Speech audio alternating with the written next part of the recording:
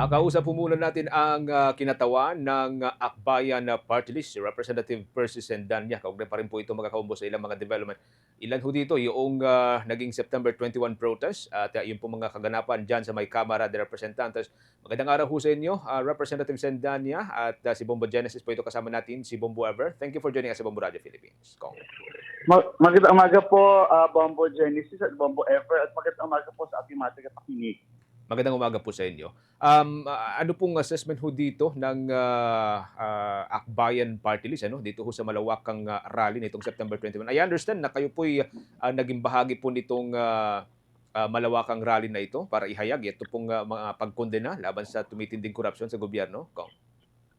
Yes, Bombo Genesis, bahagi tayo nung nag-organisa noong trillion peso march doon sa People Power Monument sa EDSA, at talaga naman na tayo ay na-overwhelmed doon sa naging response ng ating mga kababayan. Originally, nung pinaplano natin, we were looking at 20,000 to 25,000 attendees.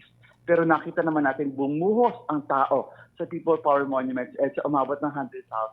Pinapakita lang na marami sa ating mga kababayan ang handang manindigan laban sa korupsyon at handang ipaglaban na dapat ay panagutin ito mga nagnakaw sa kaban ng bayan.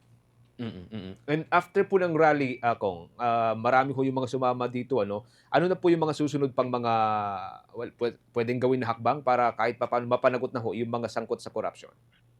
At sa ngayon tuloy-tuloy yung ating advocate para sa mga mahalagang mga reforms. Unang-una dito, tawag namin yung mga reseta laban sa kleptospirosis. Ano yung mga gamot? Yung unang gamot, kinakailangan sa lalong madaling panahon, i-certify as urgent ng Pangulong Marcos itong ating panukalang batas na magkaroon ng Independent Commission Against Infrastructure Corruption.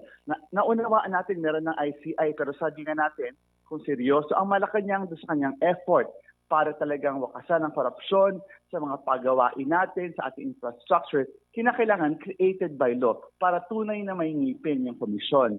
Tapos pangalawa, may panawagan tayo na dapat ilabas na rin under the leadership of Speaker D, yung mga salin ng mga kongresista. At ganun sana, gayahin din sa Senado. At pangatlo, sinasabi natin dapat may merong independent committee din, parang oversight committee, na siyang titiyak na lahat ng mga infrastructure projects natin from now until the future ay aligned sa Philippine Development Plan.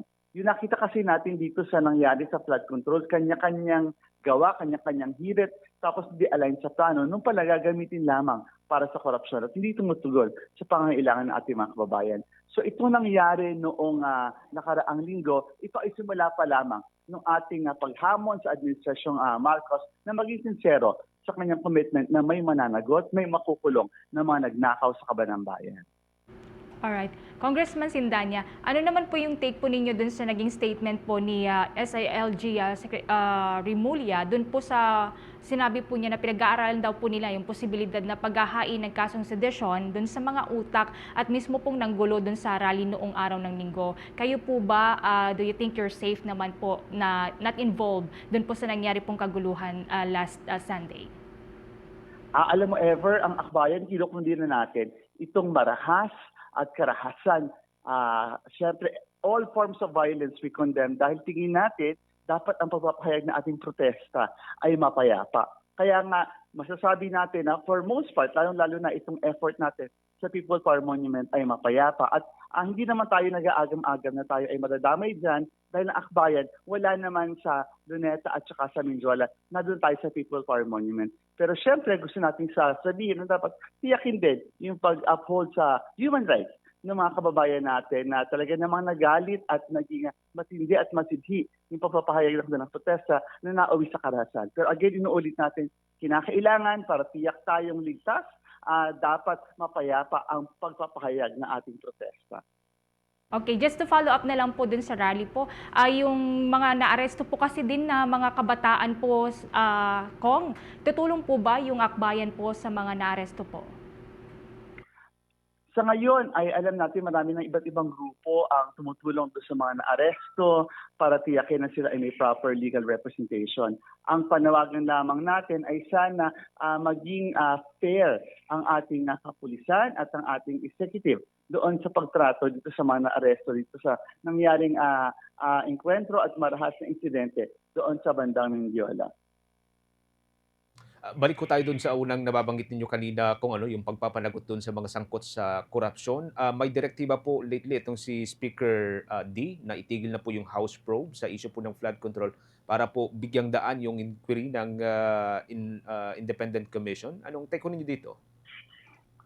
Ako tingin ko dito, malinaw yung binanggit na polisiya ni Speaker D, pero sana mas maging proactive yung kanyang steps towards holding accountable yung mga nagnakaw sa kaban ng bayan. Halimbawa, sana sumuporta na ang kanyang leadership dito sa ating Independent Commission on Infrastructure Corruption.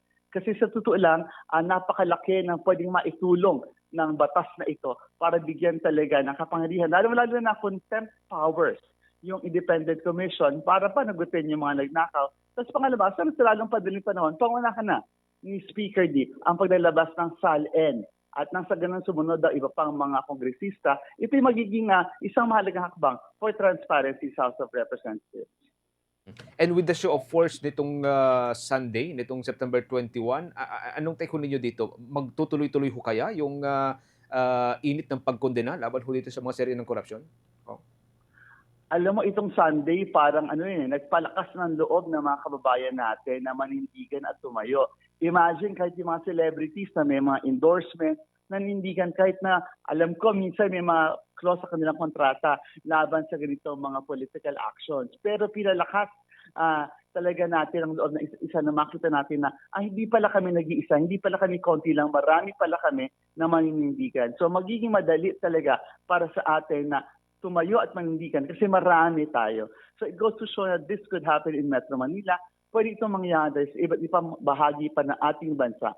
Sabi nga noong isang nakausap ko mula sa Ifugao na nagbiyahe ng 8 hours mula Ifugao hanggang Metro Manila para umattend, dapat mangyari ito sa ating mga komunidad, yung ganitong pagkilos, para malaman ng ating mga kinatawan at local officials na talaga nagbabantay ang taong bayan laban sa korupsyon.